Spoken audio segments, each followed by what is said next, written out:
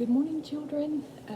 Today, Brother Jimmy's going to share one more story about Jacob and Esau, how they reconcile finally. The favorite part of my story, and that story is in Genesis 33. Remember Jacob had stole the blessing and the birthrights from Esau, and they had been upset with each other ever since. Well, they come to a reconciliation, and it's really sweet. As Jacob starts to approach Esau, he bows to the ground in front of him. He does this 7 times. He does this to kind of show his honor to his brother, and that, please forgive me, and I honor you. And you know what? When Esau saw Jacob, what he did? He went running to him. He went to tell him, that he loved him, and he hugged him and he kissed him, and they cried. It had been 20 years since they had seen each other on that bitter note, and so they had reconciled, and that's such a beautiful story. But I'm going to share another story with you today that's a little bit hard, and it's in Genesis too. As a matter of fact, it's in chapter 4 in Genesis, and it talks about Cain and Abel. Remember, Adam and Eve were the first people that God created, and Cain and Abel were their 2 sons.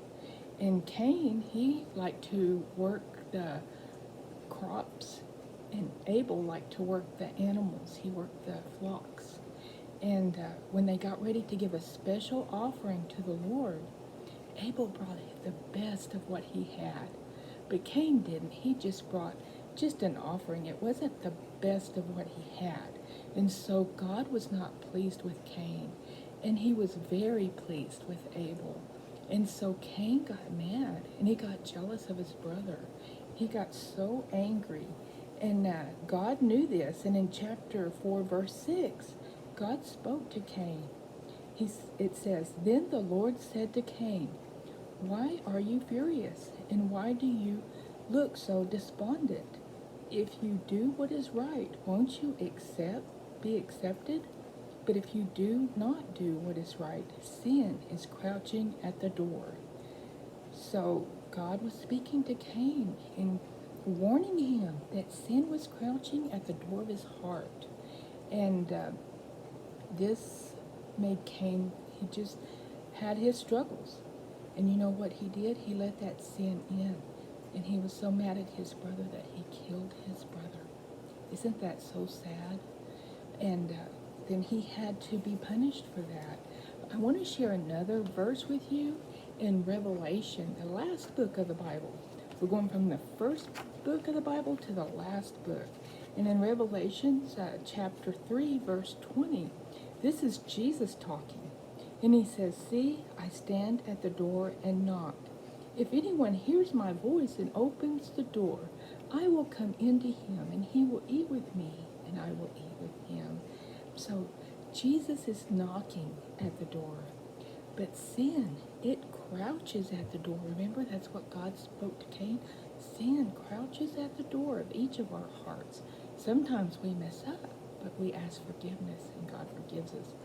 And we let Jesus into our heart. He never leaves us. And so we need to listen to the knock of Jesus, and don't pay attention to that sneaky sin that's trying to come into your life. The Bible teaches us we're to guard our hearts. And when we, to guard our hearts, we have to be careful what we see and what we hear, what we say. We should say good words, and be careful not to watch bad things on TV, or just be careful not to look at things, to just turn your head and not look at things that are going to turn your heart wrong. And what you listen to, listen to good music, listen to Christian music, and just be careful not to do these things. And what you're thinking, be careful what you think.